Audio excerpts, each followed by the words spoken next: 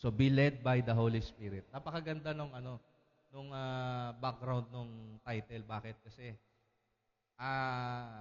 naalala ko po when the Israelites were in the wilderness. 'Di ba? Walang Pharaoh, walang king, walang prophet, only a pillar of cloud by day and a pillar of fire by night that led them all throughout their journey in the wilderness. They were led by this pillar of cloud and pillar of fire that signifies the person of the Holy Spirit. They were led by the Holy Spirit. Amen? So, which leads me to tell us or introduce us to the person of the Holy Spirit. Kasi marami pong Kristiyano, hindi po kilala si Holy Spirit. They know the Holy Spirit because nababanggit doon sa Father, Son, and Holy Spirit, but they do not know who is the Holy Spirit. So who is the Holy Spirit? You know the Father, you know who is Jesus, but do you know who is the Holy Spirit?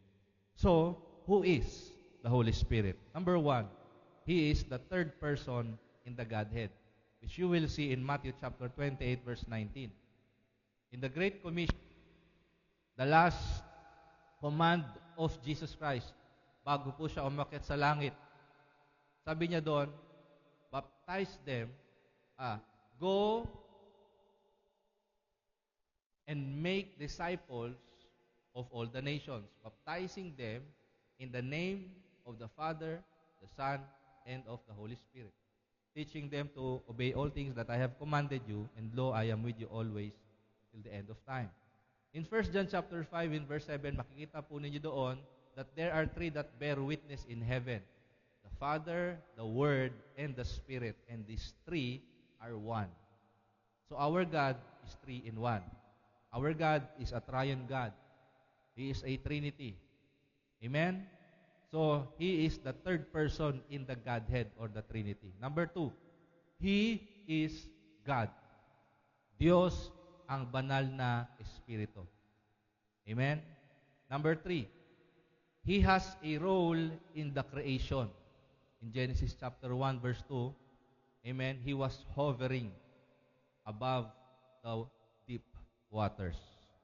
Number four, He is the breath of life. Walang buhay na nilalang ngayon sa mundo kung wala ang Holy Spirit. Number five, He is the evidence of being born again. Kung wala kang Holy Spirit, kung wala sa iyo si Holy Spirit, hindi ka born again. Number six, He is forever with a born again believer. Kapag tinanggap mo po ang ebanghelyo ng Panginoong Hesukristo, nagsisi ka sa kasalanan mo, tinanggap mo si Jesus bilang iyong Panginoon at tagapagligtas, pananahanan ka magpakailanman ng Holy Spirit. Hindi siya umaalis sa isang mananampalataya. Amen. Number seven, He reveals things that belongs to God. Kapag binabasa mo yung Bible at wala sa iyo ang Holy Spirit, hindi mo maintindihan ang nasa Bible. Amen? So, ang isang totoong mananampalataya, when he reads the Bible, because he has the Holy Spirit in him or her, when he or she reads the Bible, revelation come out. Amen? Mas nakikilala mo po ang Diyos. Now, pag-usapan po natin, be led. Be led. Sabi mo sa katabi mo, be led. Anong ibig sabihin nun? Kailangan mong mapangunahan ng banal na Espiritu. Basahin po natin in Romans chapter 8, verse 14 hanggang verse 16. Do you have your Bibles? Sabi po rito in verse 14, for as many as are led by the Spirit of God, these are the sons of God. For you did not receive the spirit of bondage again to fear, but you received the spirit of adoption, by whom we cry out, Abba, Father. The Spirit Himself bears witness with our spirit that we are children of God. Amen? As many as are led by the Spirit of God, these are the sons of God. Ibig pong sabihin, ang nililid lang ng Holy Spirit ay ang mga anak ng Diyos. Kaya tanongin mo yung katabi mo, anak ka ba ng Diyos? Anak ka ba ng Diyos? Dahil ang anak ng Diyos, nililid ng Kanyang Espiritu. Paano mo malalaman na nililid ka ng Holy Spirit? The Spirit Himself bears witness in your spirit. You know in your heart of hearts, you know in your innermost being that you are a child of God. Amen po ba? How I know na ako ay anak ng Diyos, ako lang nakakaalam at ang Holy Spirit. Tama po ba? And you as an individual, ikaw lang din ang nakakaalam ng iyong relasyon sa Kanya. Amen po ba? It's your spirit, it's not my spirit. So I do not have the capacity to tell who's who. Sino ba talaga anak ng Diyos sa inyo? Because you yourself will know. Amen po ba? You yourself will know that you are a child of God kasi nag-witness sa iyo na anak ka ng Diyos. Amen? Yun. In 1 John chapter 5 verse 18 to 19. I want to read this in Tagalog, Kuya Dave. Kung pwede.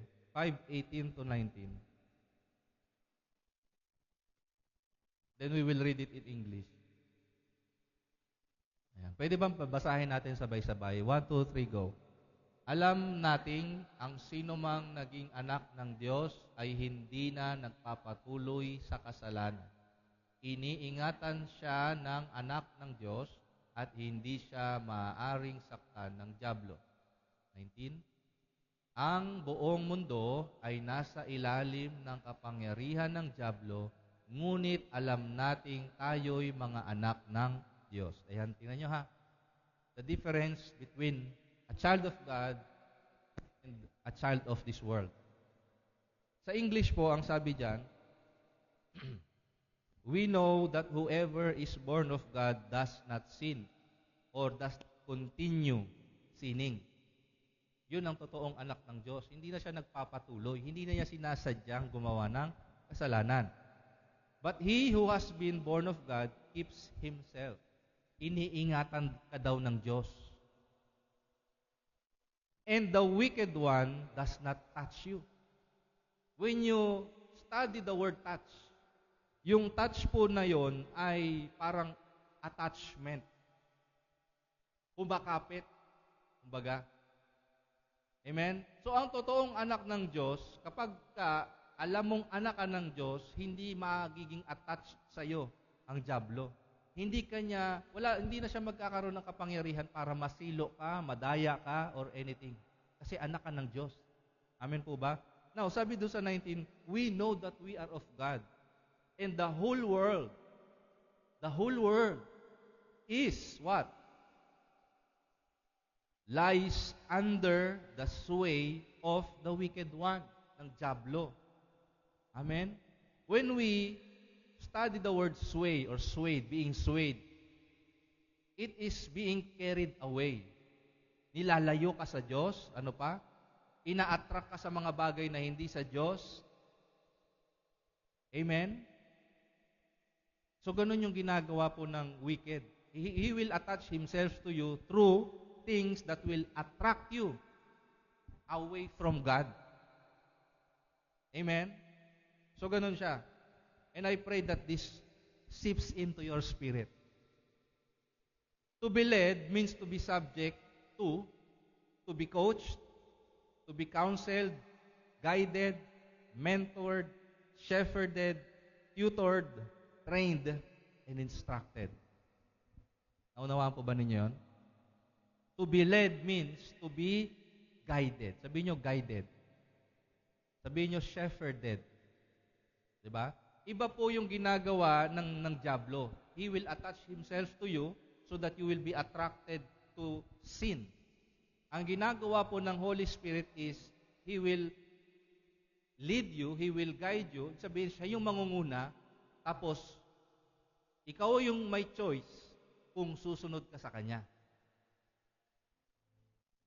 Amen po ba? Nawa niyo po yung sabihin. Meaning, to be led, okay, to be led means you have to participate. You cannot be led if you are not willing to participate. Naunawaan po ba? Hindi ka pwedeng mapangunahan ng Holy Spirit kung hindi ka willing mag-participate sa gusto niyang gawin sa buhay mo.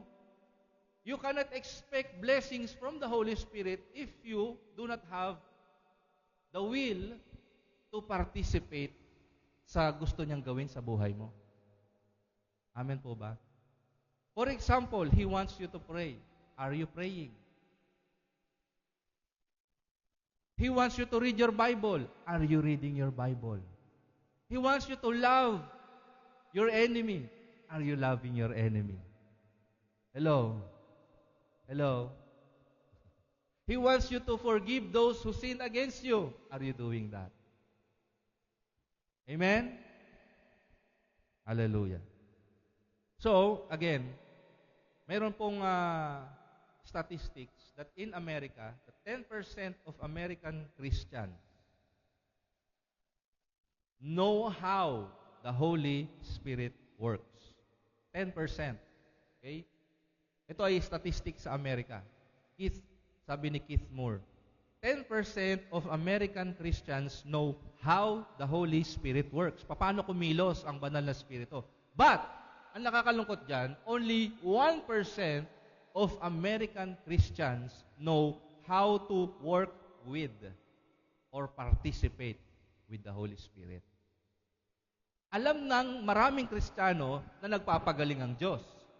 Nagbabago ng buhay ang Diyos. Pero hindi alam ng maraming Kristiyano kung paano maging kabahagi doon sa ginagawa ng Diyos. Naunawaan po ninyo? For example, in a church of 100, ilan ang 10% doon? 10. Halimbawa sa 100 membro ng isang church, 10 lang daw doon ang nakakaalam kung paano kumilos ang banal na Espiritu. The 90 do not have a single idea how the Spirit works. They just come to church for the sake of coming to church, but they don't know what the Holy Spirit is doing. And only 1% sa 100. Ilan ang 1%? Isa. Isa lang doon na nakakaalam kung paano makipag-connivance sa Holy Spirit. Gawin natin to, Lord. Naman po ninyo. Amen? So, halimbawa in this church, for example, our largest attendance, for example, will be 50. So, 5 lang doon sa 50 na yon ang alam kung paano kumilos ang Holy Spirit. Tapos nakakalungkot kung isa lang yung nakakaalam kung paano makipag-participate kay Holy Spirit. Gawin natin to. Nakakalungkot, tama ba ba? Kasi bakit? Christians, modern Christians have the mindset na ang pastor lang. Si pastor lang yung may kakayahan nun. Yung may abilidad para marinig si Holy Spirit. That's very wrong theology. That's a very wrong perception of who your God is. Because all of us, tayong lahat ay tupa ng Diyos. Tama po ba? And because you are a sheep, you must hear Him. You should hear Him. Diba? John chapter 10 and verse 27, My sheep hear my voice. I know them and they follow me. They are led by me. But the question is, are you led by God? Pinangungunahan ka ba ng Espiritu o ng emosyon? O ng isip? Are you led by the Spirit? Being led begins in your acknowledgement or need to be led. Ano naman po ninyo yan? Being led begins in your acknowledgement to be led or your need to be led. Pag Pag hindi mo ina-acknowledge na kailangan mong mapangunahan ng Espiritu, hindi ka talaga malilid ng Espiritu. Hindi ka magpe-pray, hindi ka magbabasa ng Bible, you will not spend time with the Lord. Okay. You can't be led if you don't want to. The Holy Spirit is such a gentleman na hindi niya iba-bypass yung human will. Hindi kanya pupwersahin na sumunod sa Kanya because He is a gentleman, He is a gentle spirit. Amen? He will just be there, giving unctions and promptings. Mag-pray ka, magbasa ka ng Bible, sumama ka sa Bible study, sumama ka sa prayer meeting. He will give those unctions and promptings. But He will not force you. Amen? And it takes sensitivity to the Holy Spirit to obey. Sumunod. Sabi mo sa katabi mo, sumunod. Amen? And the Holy Spirit will teach you to obey all. Sabi mo sa katabi mo, all.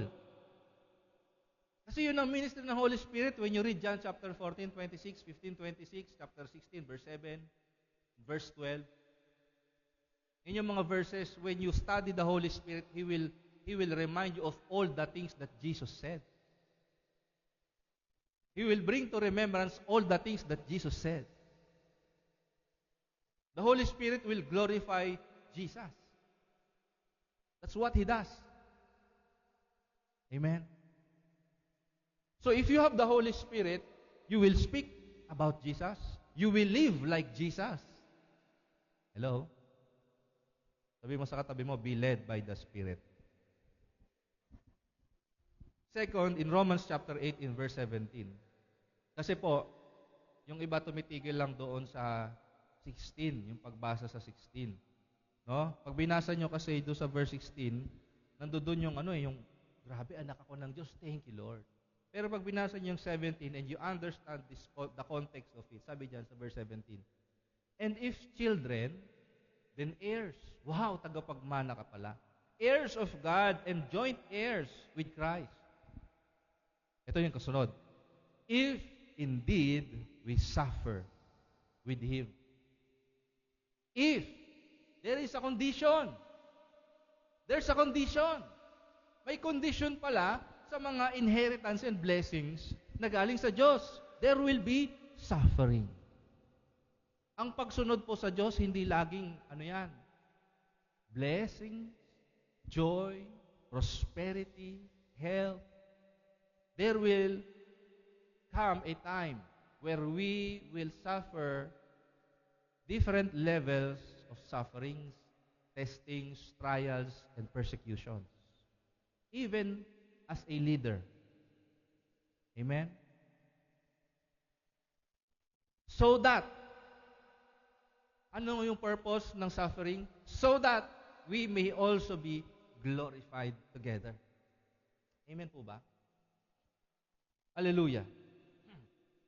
So in Romans chapter 8 verse 17, sabi rito, you are heirs of God, tagapagmana ng Diyos, joint heirs with Christ in glorification if we suffer with Him.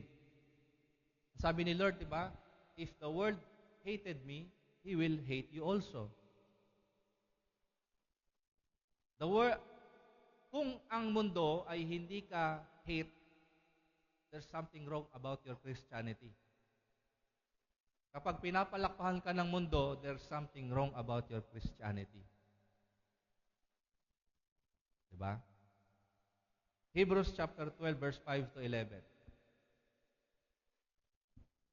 Bilang anak din ng Diyos, ito pa yung karamihan, nakakalungkot, ayaw nito.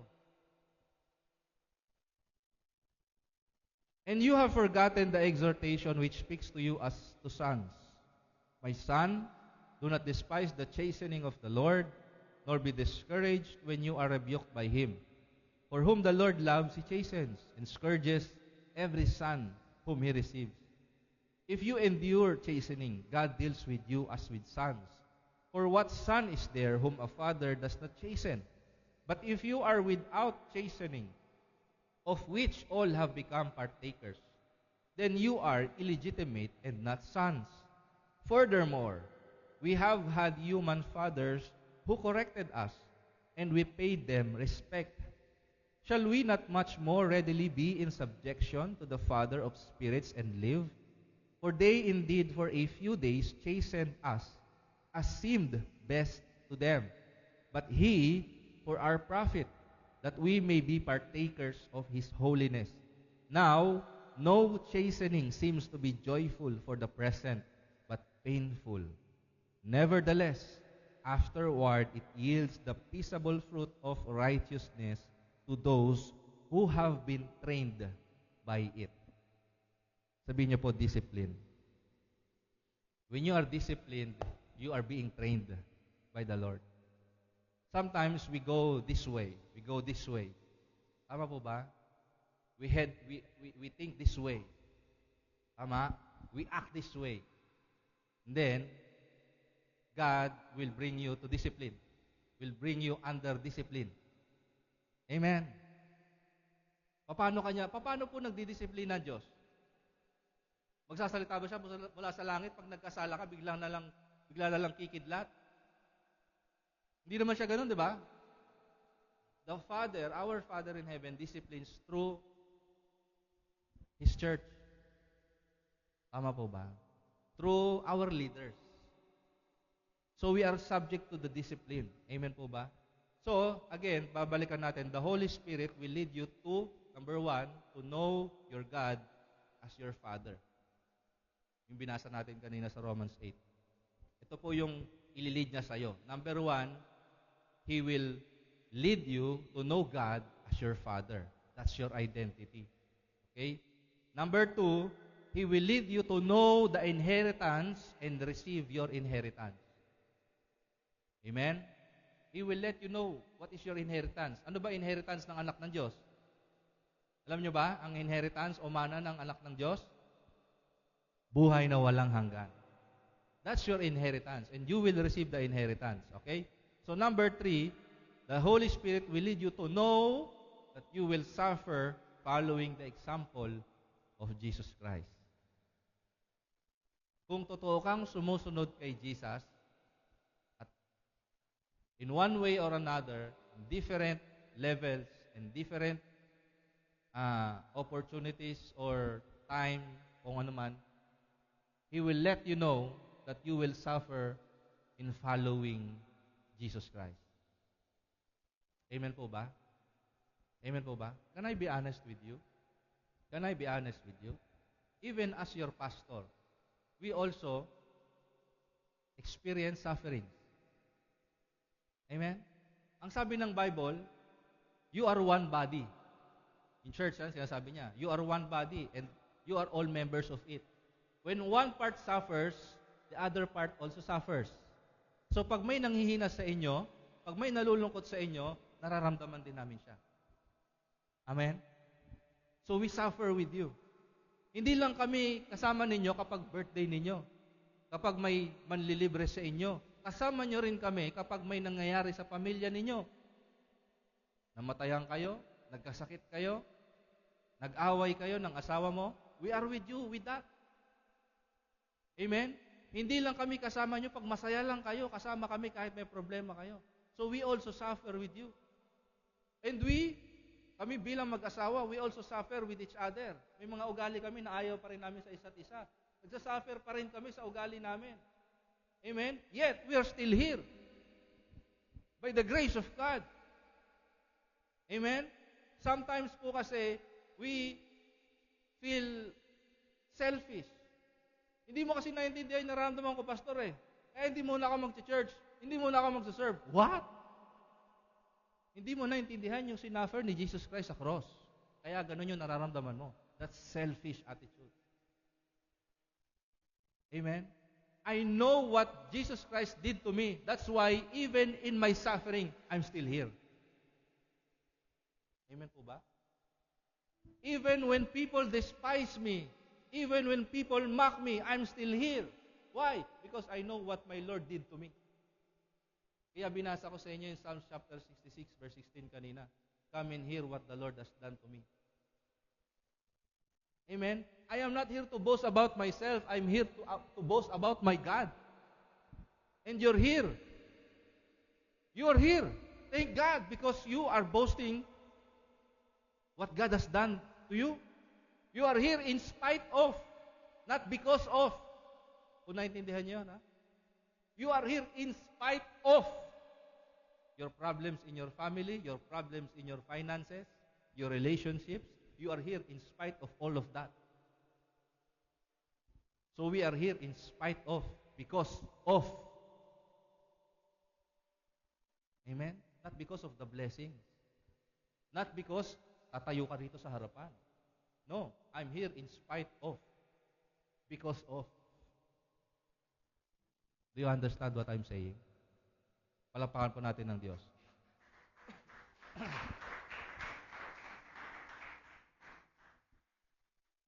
Number 4, the Holy Spirit will lead you to know that you will be disciplined by the Father. Ang ating Ama sa Diyos ay mabuting Ama. Hindi Kanya i-spoilin. Amen? Amen? Amen po ba? Hindi Kanya i-spoilin pagka gumagawa ka ng tama. Uy, ang galing-galing mo naman. Grabe. Sige nga, grabe. Ang galing-galing mo naman. Bait-bait mo naman. Pero pag nagkamali ka, hindi siya magiging silent. Ang mabuting ama, pag nagkakamali yung kanyang anak, nandoon agad siya, uy, mali ang ginagawa mo, ha? Amen po ba? Hindi niya hayaan na maging grabe na yung sitwasyon mo bago pa siya umaksyon. At the very hint of you failing, falling, o kung ano maman, He will be there. Anak, mali yan. Anak, tigil mo yan. Anak, baguhin mo yan. That's our Father. Amen? Amen. Okay. Being led with the Holy Spirit doesn't mean you have to be another person or you should be like David. You should be like Moses. Kasi sila Moses, grabe no? Nilid talaga sila. Detalyadong-detalyado. Si David, grabe no, yung ginawa sa kanya. Sino pa ba? Si Samuel. Oh, dapat to maging ganun tao ka. Dapat to maging ganun tao ka para malid ka ng Holy Spirit. Kung ganun yung qualification para malid ng Holy Spirit, wala nang qualified sa atin. So what is the qualification para malid ka ng Holy Spirit? Our next point is, be yourself. Be yourself. Amen? Again, I just want to acknowledge, kung nanonood man po yung mga members ni Bishop Jing Ferrer, ito pong topic na to came from his teaching kahapon. At habang pinakikinggan ko yung teaching po niya, grabe, nalilid ako ng Holy Spirit na ipasa to sa inyo. This teaching is very powerful. Amen? So you just be yourself. Amen? Ililid ka niya kung ano yung personality mo, based on your personality. Amen? Iba yung leading kay Juan, iba yung leading kay Pedro, iba yung leading kay Mateo. Hello? Iba yung leading kay Matias, iba yung leading kay Andres. Amen? Iba-iba tayo ng leading. Kaya huwag niyong hanapin yung leading sa akin sa leading sa inyo ng Diyos. Amen? Huwag tayong maghanap pa na, bakit ito ginagawa ko, siya ito ginagawa niya. Yung leading sa kanya eh. Naintindihan niyo po ako? Sabi mo sa katabi mo, be yourself. Tignan mo yung katabi mo. Be yourself. Be yourself. Amen? Mahal ka ng Diyos kung sino ka at kung ano ka. Wala siyang gustong baguhin sa'yo. Ang gusto niyang baguhin sa'yo, yung espiritu mo. Amen po ba? Kaya nga nung na-born again ka, hindi niya binago itsura mo kasi kahit ganyan itsura mo, mahal ka niya. Amen. Amen. Ba't di kayo nag-agree? Kahit ganyan ugali mo, mahal ka niya, minahal ka niya. Amen? Tingnan mo si Pedro, mabilis ang dila, mabilis ang bibig, pero mahal pa rin siya ni Lord. Tama po ba? Oh, yung dalawang magkapatid, si John, saka si James, di ba? Mga mayayabang. Pero ginamit pa rin sila ng Diyos. Kahit mayabang ka, pwede ka pa rin gamitin ni Lord. Pero mawawala yung yabang mo. Di ba? Alam niyo po ba, nung hindi pa nag-glorify si Jesus at hindi pa na-receive ng mga apostle si Holy Spirit, dangyayabang nila. Kahit si Pedro, dangyabang, di ba? Pero nung natanggap nila Holy Spirit, grabe yung humility na nangyari sa kanila. Imagine nyo si Peter saka si John, binubugbog na. Binubugbog na sila, hindi sila gumante. Wow! Samantalang nung hinuli lang si Jesus, nung wala pa sa kanila Holy Spirit, tinaga niya yung tenga nung isa. Ganun kayabang si Pedro. Pero nung napuspos na sila ng Holy Spirit, sabi ni Pedro, nung siya ay, tawag dito, yung nahuli na siya at papatay na siya, sabi niya, ipako niyo na lang ako patiwarik, hindi ako worthy na ipako na katulad ng aking Panginoon. Grabe, ganun siya ka-humble. Amen? Kaya yung mga nililid ng Holy Spirit, nagiging humble. Sabi mo sa katabi mo, nagiging humble. Amen? Nagiging humble. Pag kinokorek ng pastor, hindi dadabog. Amen? Hindi naglilib sa GC. Amen? Hindi uma-absent sa church. Hindi, mag-church pa rin ako kahit may tampo ako kay pastor. Diba? Be yourself. Okay. In the New Testament, dito sa example natin, si Paul and Barnabas. Si Barnabas po, ang pangalan niya, he is the encourager. Amen? Si Paul naman, he was led to preach Jesus Christ no matter who opposes. Kahit sino makabangga niya, ipipreach niya si Jesus. And there came a time, magkasama po itong dalawa, nag-away sila in Acts chapter 15. But that doesn't mean na may mali sa kanilang dalawa. Ginamit lang ni Lord yung personality nilang dalawa para mangyari yung kalooban ni Lord. Barnabas was led differently, Paul was led differently. So naghiwalay sila ng landas. Pero that doesn't mean na nagkamali si Barnabas. No. Si Barnabas, sinama niya si John Mark, nagtanim po ng church sa Cyprus. Basta pag binasa niyo po yung Acts chapter 15. Okay? They were both led by the Spirit. Nagamit lang yung situation for the purpose of God. Naintindihan po ba? Okay. In Acts chapter 20, verse 22 to 24, the Holy Spirit testifies in every city that change and tribulations await Paul. Ang Holy Spirit, saan daw magpunta si Pablo?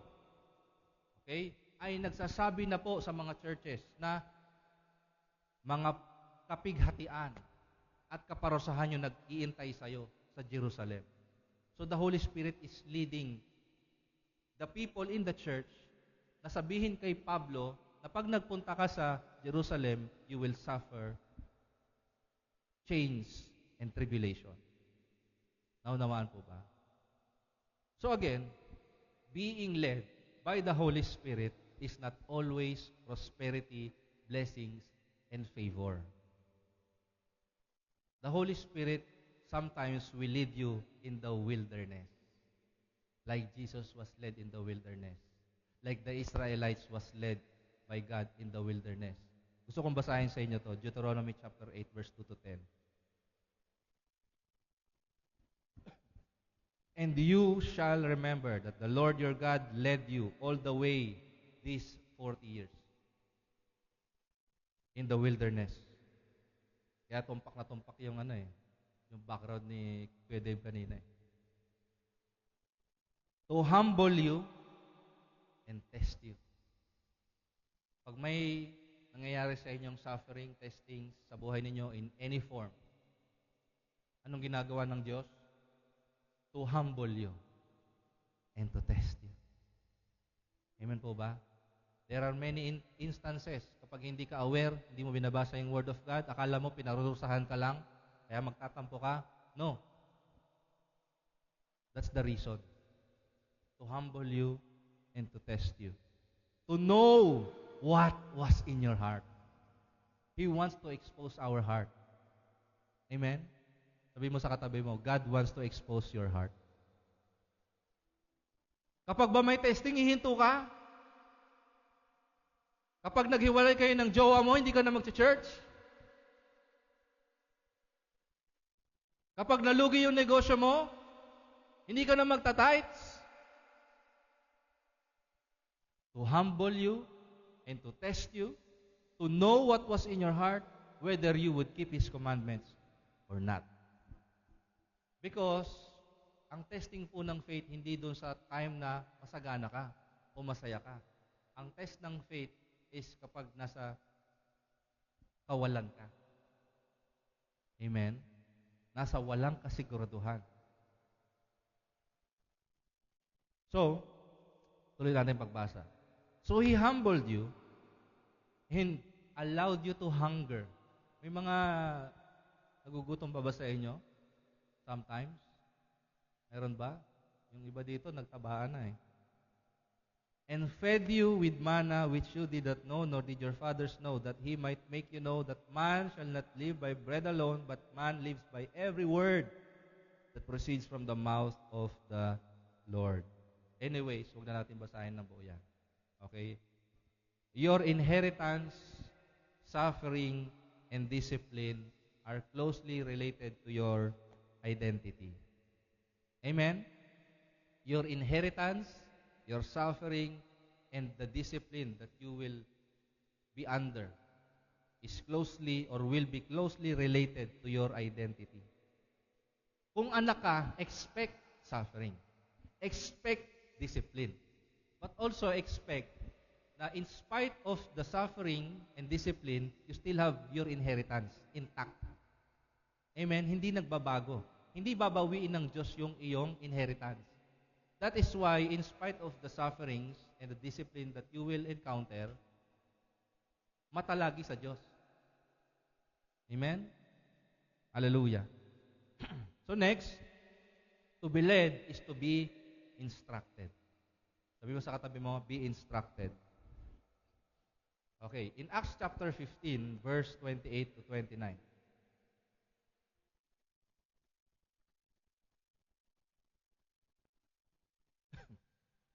Sabi po diyan, for it seemed good to the Holy Spirit and to us to lay upon you no greater burden than these necessary things, that you abstain from things offered to idols, from blood, from things strangled, from sexual immorality.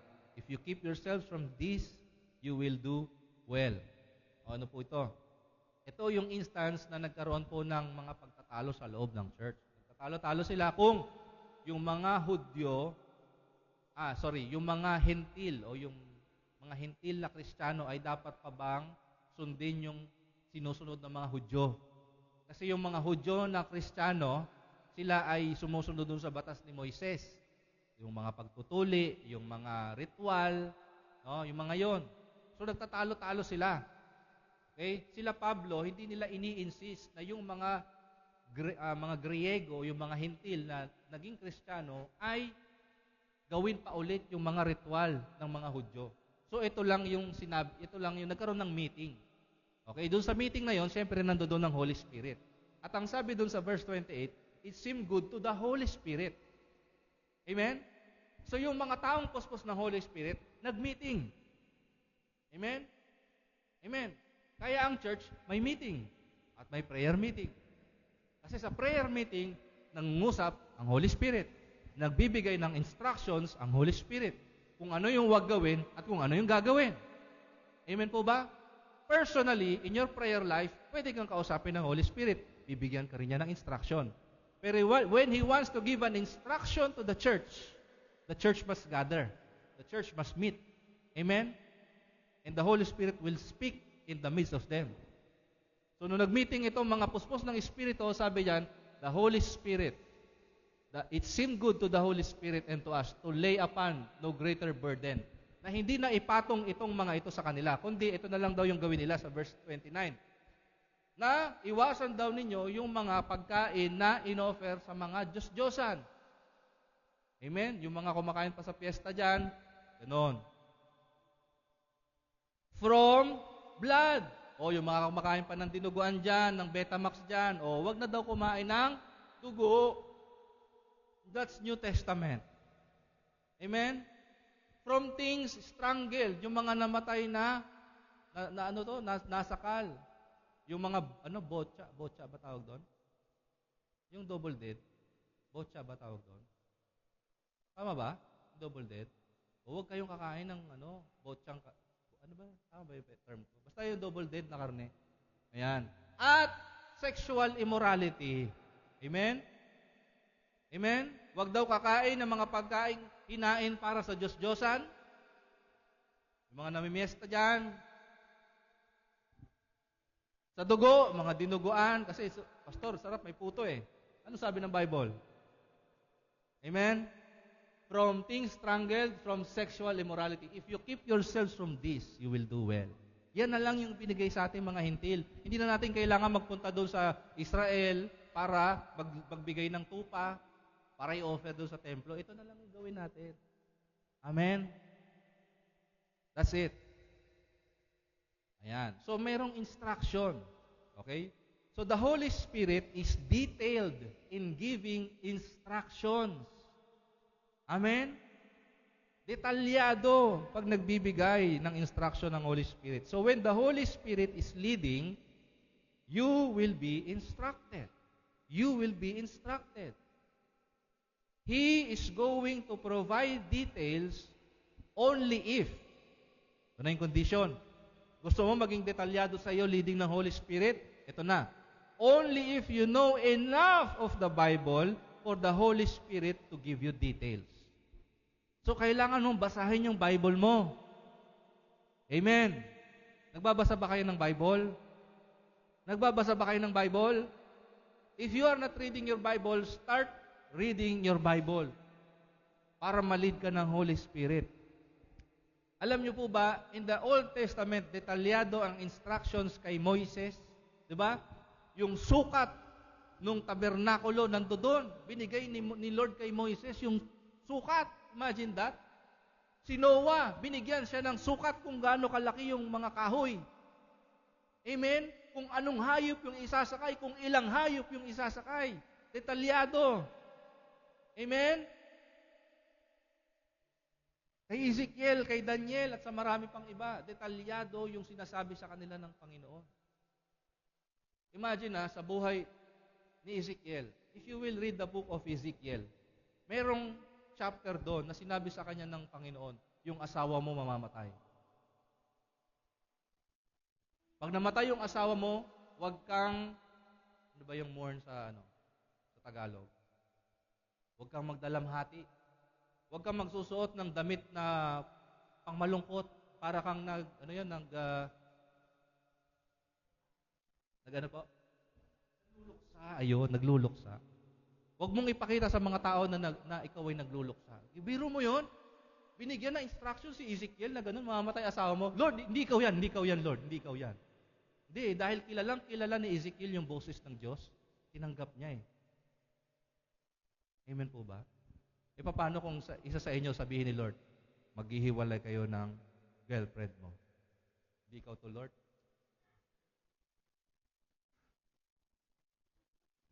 Diba? Yung magagandang bagay lang ba yung tatanggapin natin sa Diyos? At hindi yung mga trials? Paano kung sinabi ng Lord, iwan mo yung trabaho mo? Lord, isang buwan pa lang ako dito. May experience ka niyan? Saan yun? Pa-Dubai ba? Oh. Amen? Gusto niyo ba sumunod sa Holy Spirit? Ang pagsunod po sa Holy Spirit, sometimes or many times, it will go against your will. Kasi gusto niya masunod yung will niya, hindi yung will mo. Kasi pag masunod yung will mo, maging mayabang ka.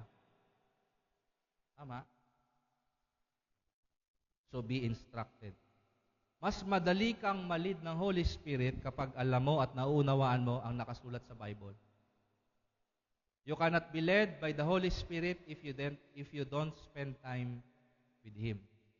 You cannot be led by the Holy Spirit if you don't spend time with Him. Do you spend time with Jesus? Do you spend time with the Word? The secret is you spend time in reading and meditating the Word, and you spend time in prayer. Amen po ba? Alam nyo kagabi, mayroong instruction sa akin si Lord personally, kaya hindi ko nasasabihin sa inyo kasi personal instruction niya sa akin eh. Amen po ba? Meron siyang instruction sa akin nung nagpe-pray ako kagabi. Alright?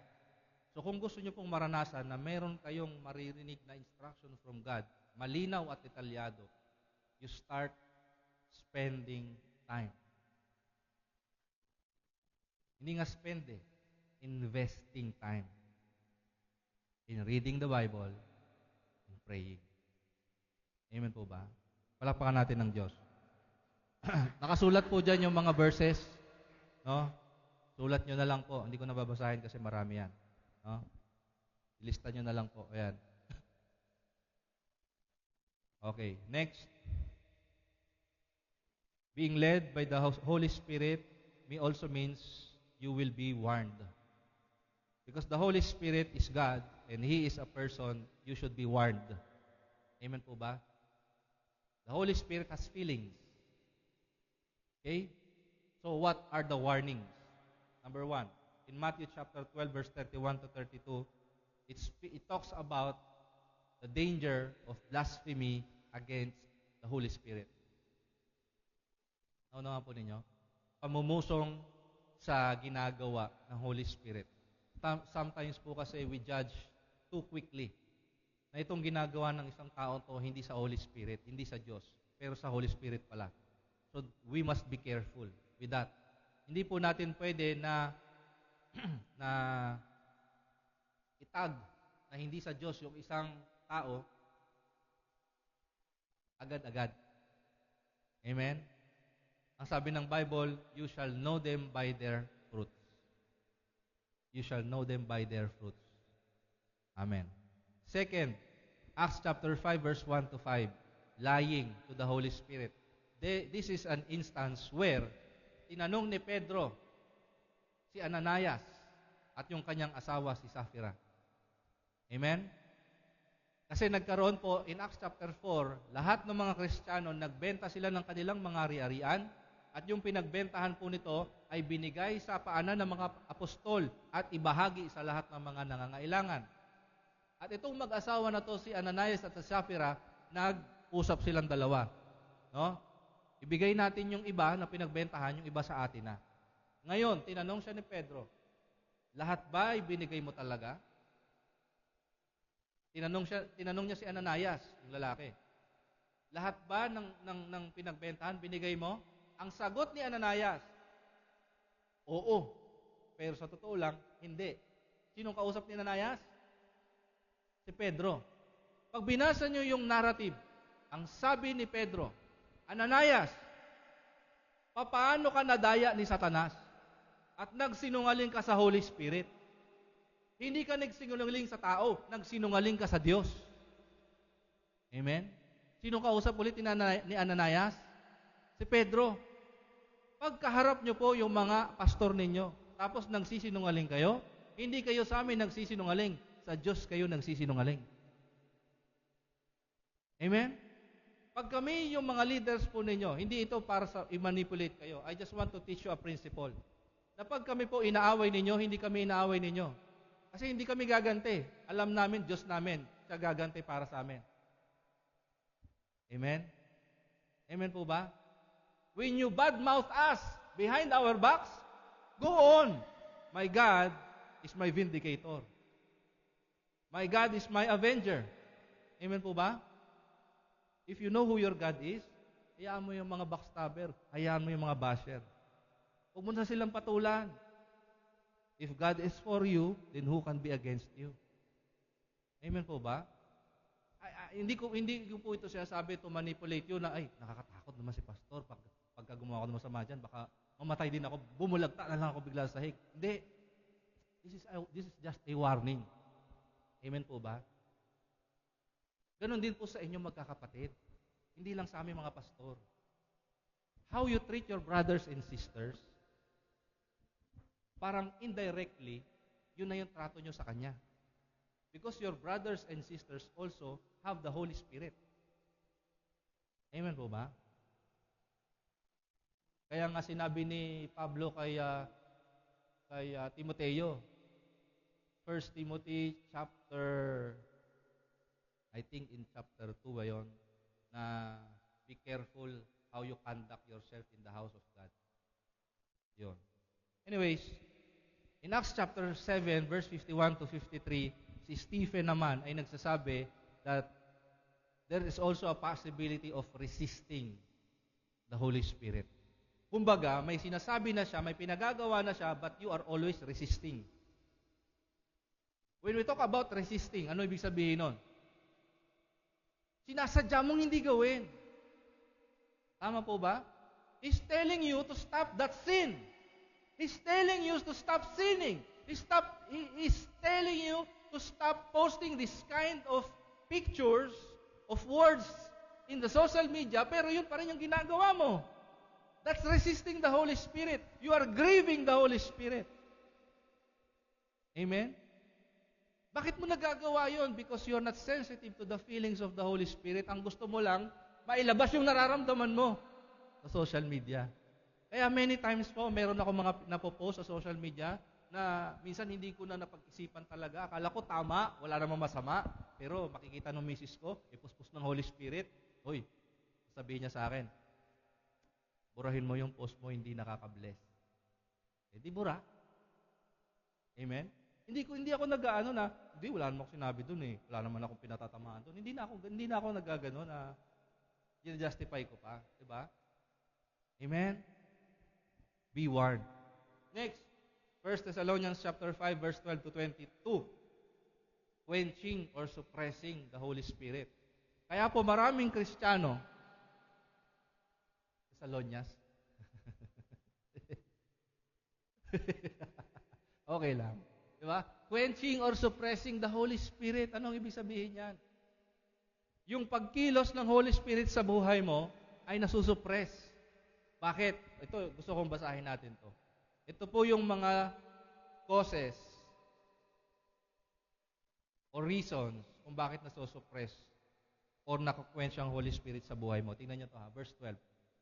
We urge you, brethren, to recognize. Sabihin niyo po, recognize.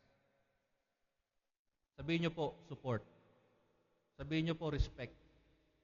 If you will read that in the Amplified Translation, yun po yung nakalagay dyan. Recognize those who labor among you and are over you in the Lord and admonish you. Yung admonish na word, what's that? What does it mean? What does it mean, yung admonish? Who gives you instruction or who corrects you? Yung admonishing po kasi discipline or correction. Amen? Okay. Sige po. Verse 13. Sige, tuloy natin kay Dave. And we ask that you appreciate them. Amen? Salamat po sa pag-appreciate sa amin. Hold them in the highest esteem in love because of their work. Live in peace with one another. Sabi mo sa katabi mo, peace be with you. Sabi mo sa kanya, ganun pa peace be with you. Tayo kayo, sabi nyo, peace be with you. So, next verse. We earnestly urge you believers, are admonished. Sabihin nyo sa katabi nyo, correct. Itama. Admonish those who are out of line. Ayun, lumalagpas ka na sa linya mo, ha? Ha? Ha? The undisciplined, the unruly, the disorderly. Encourage the timid. Sa Tagalog, baguhin nyo lang yung I ng A. Tingnan nyo, basahin nyo sa Tagalog. Tira mo sa Tagalog, Dave. Sa, magandang balita. Mga kapatid, basa, 1, 2, 3, go. Mga kapatid, ipinapakiusap din namin na inyong pagsabihan ang mga tamad. Pasiglahin ang mahihinang loob at kalingain ang mga mahihina. Ito na, pagtiyagaan nyo silang lahat. Sabi mo sa katabi mo, pagtiyagaan mo. Sabi mo sa katabi mo, pagtiyagaan mo na ako. Please. Amen? Pag madali kang mainis sa kapatid mo, nakaquench mo ang Holy Spirit. Verse 15. Huwag ninyong pagigantian ang gumawa sa inyo ng masama. Amen. Sa halip, magpatuloy kayo sa paggawa ng mabuti sa isa't isa at sa lahat. Next. Oh, yan. Rejoice always. Walang dapat nakasimangot. Bawal nakasimangot sa church. Pwede ko bang gawing batas yan? Bawal nakasimangot sa church. Dapat lagi nakangiti. Amen? Kahit nag-away kayo ng asawa mo, bago kayo pumunta ng church, nakangiti ka pa din. Next. Palagi kayong manalangin. Diba? Next. Magpasalamat sa Diyos sa lahat ng pagkakataon. Wow! Amen? Para hindi nyo po bakwens ang Holy Spirit, dapat hindi ka reklamador. Tama na ang pagrereklamo natin. Amen? Magpasalamat tayong lagi. Verse 19, yan na yon. Huwag nang hadlangan ang Espiritu Santo. Verse 20, hanggang 22 tayo. Huwag ninyong baliwalain ang anumang pahayag mula sa Diyos. O yung prophecies. Next. Suriin ang lahat ng bagay at gawin ang mabuti. Verse 22, lumayo kayo sa lahat ng uri ng kasamaan. Okay? Para hindi nyo mapigilan ang pagkilos ng Holy Spirit, gawin nyo yung mga yan. Gawin yung mga mabuti, iwasan yung mali. Ephesians chapter 4, verse 25 to 32, do not grieve the Holy Spirit. Paano natin nagagawa yan? Basahin natin yung 25 sa Tagalog ulit, pwede, para yung talagang bumabaon sa puso nating mga Pilipino. 25 hanggang 32. No, wag daw nating pighatiin ang banal na espiritu. Sabi diyan, basahin natin, 1, 2, 3, go. Dahil dito, itakwil na natin ang pagsisinungaling at tayong lahat ay magsabi ng totoo sa isa't isa. Amen? Pag nagsisinungaling kayo sa isa't isa, nag-grieve ang Holy Spirit. Next verse. Ayan, o basa, 1, 2, 3, go. Kung magagalit man kayo, iwasan niyong kayo ay magkasala. Huwag ninyong hayaang lumubog ang araw na galit pa rin kayo. Ano bayaan? Amen? Pero hindi pinagbabawalang magalit. Ang sabi lang diyan, huwag ninyong hayaang lumubog ang araw, naggalit ka pa rin. Ibig sabihin, pag magsi 6 o'clock na, okay ka na. Paano daw kung 5:30 nag-away? 30 minutes lang yung pag-imo-imo mo. Di ba?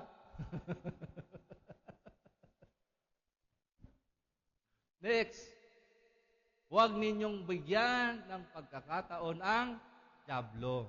O huwag niyong hayaan matukso kayo ng dyablo. Pag may lumabas sa Instagram mo na sexy, lalaki ka, burahin mo na agad. O pag babae ka naman, ganun din. Wala nang posting ng thirst traps. Next. Basa. Ang magnanakaw ay huwag nang magnakaw. Sa halip, maghanap siya ng marangal na ikabubuhay para makatulong sa mga nangangailangan. Diba? Amen? Alam niyo po, nangangarap po ako na maging mayaman. Hindi para lumaki yung laman ng bank account ko. Nangangarap akong yumaman kasi gusto kong makatulong sa marami. Iboto niyo ako. Hindi, joke lang. Next verse. Huwag kayong, 1, 2, 3, basa. Huwag kayong gumamit ng masasamang salita. Lagi ninyong sikapin na ang pangungusap ninyo'y makakabuti at angkop sa pagkakataon upang pakinabangan ng mga makakarinig. Amen? Be careful with your words. Amen? 30. Huwag ninyong saktan ang kalooban ng Espiritu ng Diyos. Next. Hanggang 32. 1, 2, 3, go. Basa. Alisin na ninyo ang lahat ng sama ng loob. Tingin sa katabi. Alisin na ang sama ng loob. At puot at galit. Huwag na kayong mambubulyaw. Manlalait. Mananakit ng damdamin ng kapwa. Natututo ba tayo? Next. Sa halip, basa, 1, 2, 3, go. Sa halip, maging mabait kayo at maawain. Ayan. Magpatawad kayo sa isa't isa tulad ng pagpapatawad sa inyo ng Diyos dahil kay Kristo. Palakpakan natin si Lord. Amen? Amen? Pag ginawa nyo yan, sigurado, malilid kayo ng Holy Spirit. And lastly, para malid ka ng Holy Spirit, be filled. Be filled. Ephesians chapter 5, verse 15 to 21. Sa Amplified po, Kuya Dave.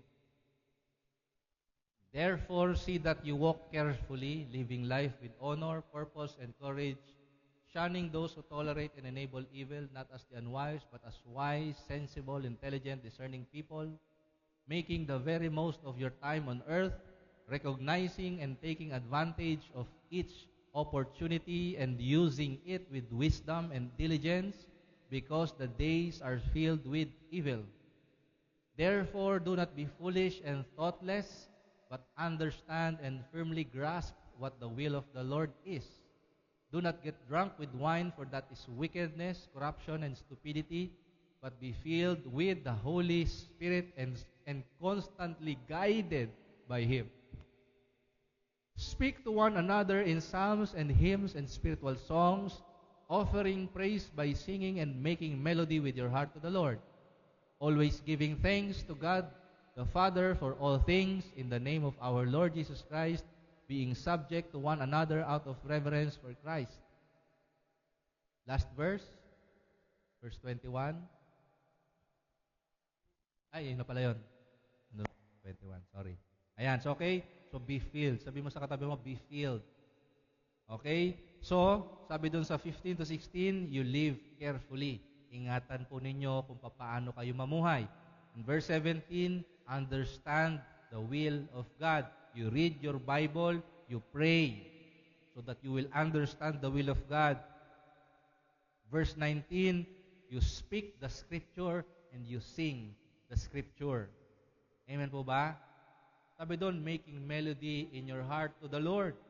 Sabi doon, speak to one another in psalms and hymns. Okay ba yon? Pag makikipag-usap ka, halimbawa, magtinginan kayo. Ano yung naiisip mong kanta pagka nakikita mo yung katabi mo? Diba? Kay buti-buti mo, Panginoon. Di ba? Ganoon. Pag nakita mo yung kapatid mo, oh, how good it is. Amen? Di ba? Hindi yung kanta mo, yung, andiyan ka na naman. Hindi ganoon. Okay? Give thanks always. Tigilan yung pagrereklamo. Kasi pag nagrereklamo ka, parang halimbawa yung baso, di ba? Punong-puno ka ng Holy Spirit, yung tubig yung Holy Spirit. Tapos pag nagreklamo ka, putik yun. Pag natapunan ng putik yung baso, iinumin mo pa ba? Di ba hindi na? Kailangan mo itapon ulit yung putik, tapos magpapapuno ka na naman ulit. Pag gumawa ka ng kasalanan, putik na naman yun, tapon na naman ulit yun. Di ba?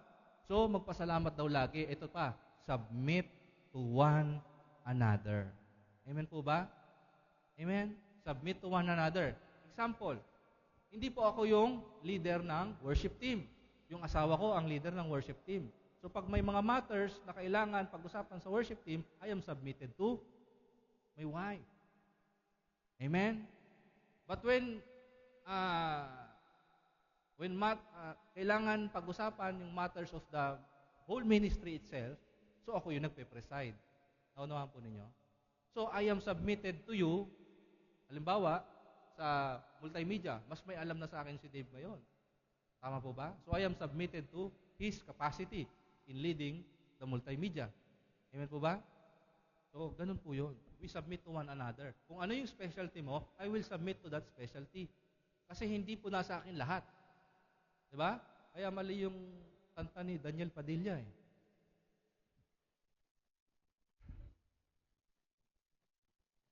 So, I will end with this. What or who you are filled by, you will be led by. Amen? Tayo pong lahat ito.